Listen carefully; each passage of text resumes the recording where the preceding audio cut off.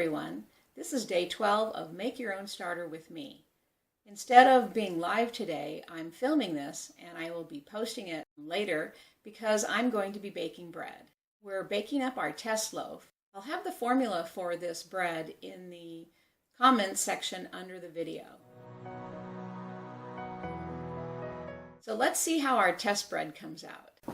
Okay, it is 3 o'clock in the afternoon and I took some of the sourdough starter discard from last night and refed it, and I fed it again this morning, and so it's nice and vigorous and ready to go. This is from our new starter from our event, Make Your Own Sourdough Starter with me, and I thought we'd try to go ahead and make some bread. I have a formula that has a short bulk fermentation of about 4 hours. So we're going to start out with 120 grams. So we're going to start out with 120 grams of sourdough starter. 120 grams is approximately what you've been feeding it.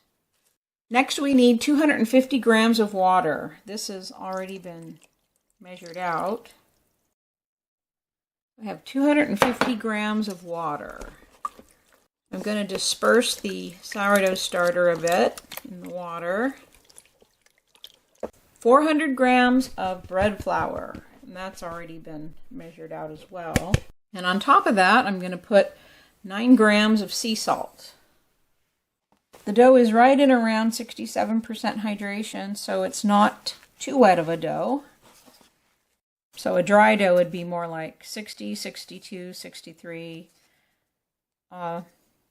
Then a medium dough would be 64, 65, 66. Medium wet would be higher than that.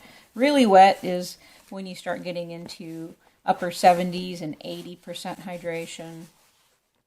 So this should be pretty easy to handle. Get it all mixed in here. Container cleaned up from all the flour. Yeah, that's starting to look pretty good. Now make sure we'll work it just enough so you don't feel dry clumps of flour in there.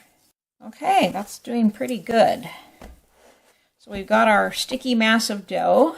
It does look really sticky, but as you fold the dough and as it ferments, it'll get easier to handle. This is not very wet dough. So I want to show you what the gluten formation is right now. To figure out how well the gluten is bonding, you take a piece of dough and you stretch it into a window pane. And I would tell you right now there's virtually no window pane, no gluten formation. It's just, we just mixed it and the gluten hasn't really started bonding yet. So I'm going to be folding this dough approximately once an hour for the next 4 hours. We'll try to get in a fold each hour, so we do about 4 folds. And then we'll put it in the refrigerator overnight and we'll bake it off tomorrow. I'll leave this at room temperature and we'll come back in about an hour and do some dough folding. Okay, it's been an hour since we mixed up our dough. See how the gluten formation is doing. You can see big improvement with the strength of the gluten bonding. Look at that. It feels really nice and strong. It's only been an hour. So we're going to fold dough. This is how you fold dough. You take each side, you stretch it and fold it over.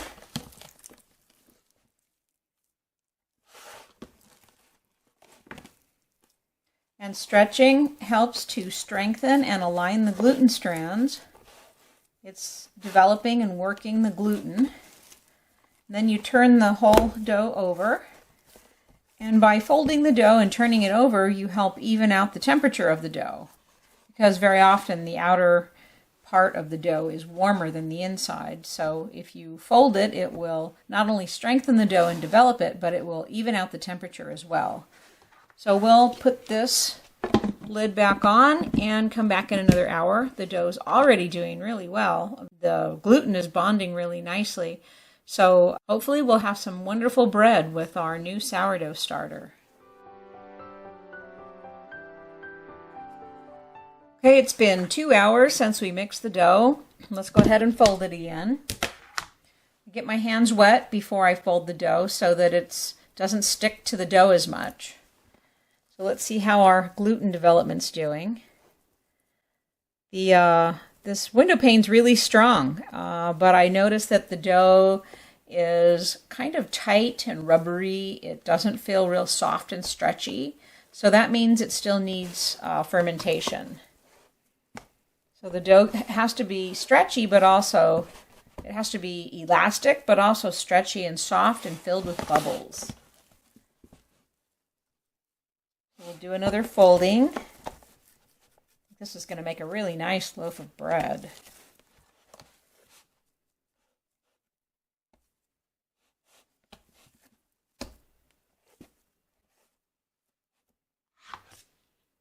I'll be back in another hour and we'll do some more folding.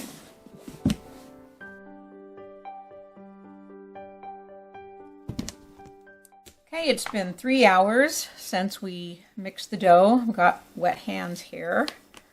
The little speckles you see are the sea salt. My sea salt was just a little bit on the coarse side. I usually have the finer sea salt, but I ran out. We'll see how our gluten's doing. It has more stretchiness to it. It's not as tight as a rubber band anymore, which is good. It's got really nice strength. You can stretch it quite a bit, and it's really nice and strong. It's not even tearing as easily at all.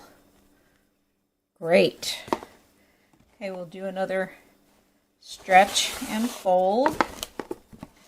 Stretch and fold. Stretch and fold. Stretch and fold. We'll turn it over. It's feeling much nicer. It's got a softer feel to it. It's more stretchy. It's a little more bubbly. I can see bubbles in it and stuff. So I think it's coming along great. We'll give it another hour and see how it's doing then.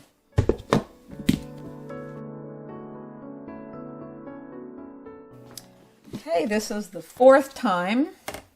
It's been 4 hours since we mixed the dough. Let's see how it's doing. The dough's starting to feel nice and soft, much more stretchable. We know we've got really nice gluten already.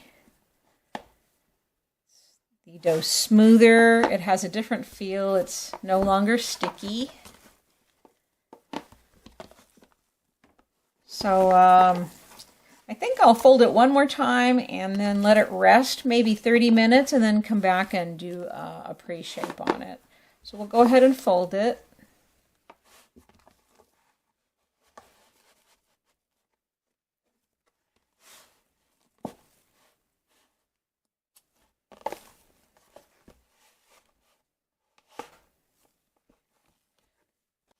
Every time you handle the dough, the gluten will stiffen up and become tight.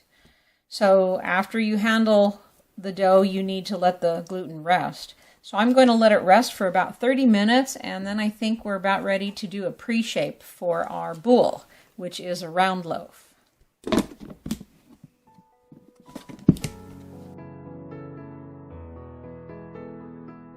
It's been 4.5 hours since we mixed up this dough,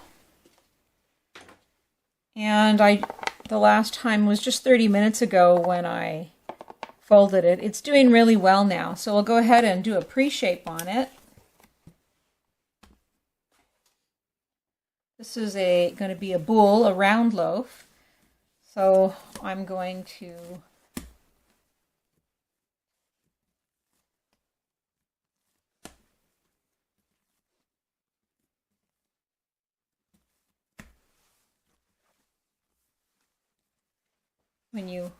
when you shape a loaf like this, you make sure that it'll grip the counter, and then you pull it so that it will, let's see if I can show you this way.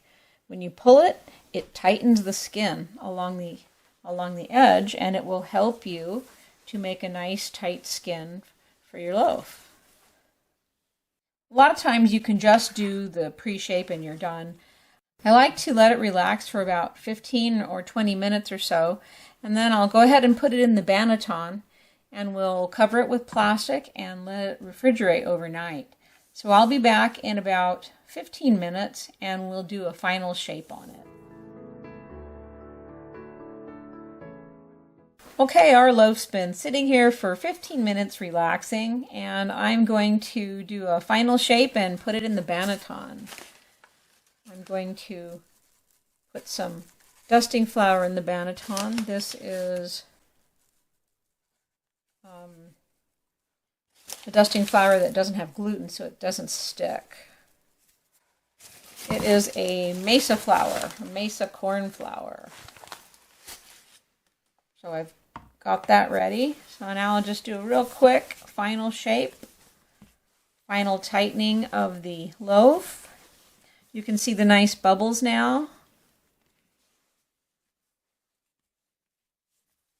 You don't have to do very much. And we'll turn it upside down. Put a little bit of dusting flour on the bottom there, which is the top for now. And I'll cover it in a plastic bag and we'll refrigerate it overnight. So it'll be in the refrigerator from, about 10 to 12 hours, and then I'll get up in the morning.